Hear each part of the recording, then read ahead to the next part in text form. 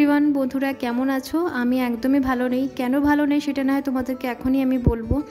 আমার সাথে আজকে খুবই বড় একটা বিশ্বাসঘাত হয়েছে। আমি সত্যি বুঝতে পারিনি যে আমার সাথে এত বড় একটা ঘটনা ঘটবে।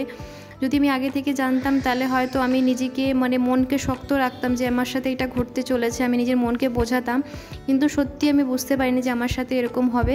তো সেটা না হয় তোমরা পরেই দেখতে পারবে। আমি সেই ভিডিও ক্লিপটা তুলে রেখেছি। তো আমি এসেছিলাম একটু স্মার্ট পয়েন্টে, একটা দুটো জিনিস নেবার ছিল, সেই জিনিসটা নিতেই এসেছিলাম। ভাবছিলাম যাবো না, কিন্তু একদমই মন ভালো ছিল না।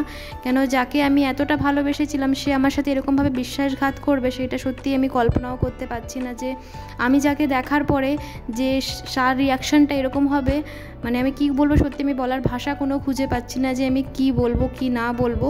তো চলো এবার তোমাদেরকে বাড়ি যাই, বাড়ি গিয়ে তাকে দেখাই। সে এখনও বাড়িতে রয়েছে মনে হয়। তার যে মুখের দিকে তাকিয়ে আমি বাজারে বেরিয়েছিলাম যে না, তার হয়তো সে আমাকে ভালো ফল দেবে বা কিছু একটা, তার মুখের থেকে আমি কিছু একটা ভালো কিছু শুনবো। আমার ভুল ছিল, আমি ভুল ভেবেছিলাম। যে আমি সত্যি ভীষণ আশা করেছিলাম যে তার কাছে আমি হয়তো এই আবদারটা করেছিলাম, তার কাছে জিনিসটা আমি পাবো। अरे कहना क्या चाहते हो?